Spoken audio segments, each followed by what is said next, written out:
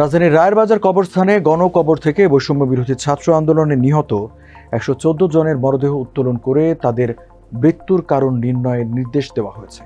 4 August Dhaka chief metropolitan magistrate Mohammad Mustafizur Rahman পুলিশের আবেদনের পরিপ্রেক্ষিতে এই আদেশ দেন।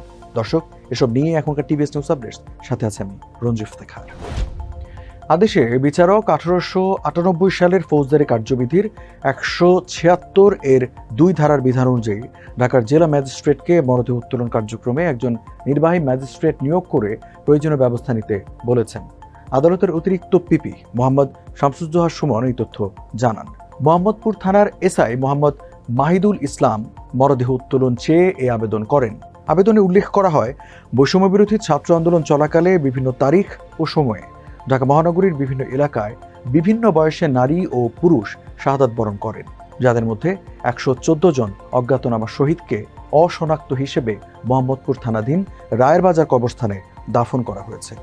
ভবিষ্যতে আইনগত পদক্ষেপ গ্রহণ এবং শহীদের মৃতদেহ শনাক্তকরণের জন্য মরদেহ যথাযথ আইনি প্রক্রিয়ার মাধ্যমে কবর থেকে উত্তোলন করা প্রয়োজন। এসব মরদেহের পোস্টমর্টম রিপোর্ট প্রস্তুত, মৃতদেহের ডিএনএ সংগ্রহের মাধ্যমে পরিচয় নিশ্চিত হতে হবে। এছাড়া আইনি কার্যক্রম শেষে ডিএনএ প্রোফাইলিংয়ের মাধ্যমে পরিচয় নিশ্চিতকরণের পর পরিবারের চাহিদা মোতাবেক মরদেহ তাদের পরিবারের নিকট হস্তান্তরের জন্য প্রয়োজনীয় ব্যবস্থা নেওয়া দরকার। শুনানির পর আদালত এ আদেশ দেন। দর্শক, এই ছিল এখনকার টিভিএস নিউজ আপডেটস। আর সংবাদের বিশ্লেষণ জানতে টিভিএস এর সাথেই থাকুন।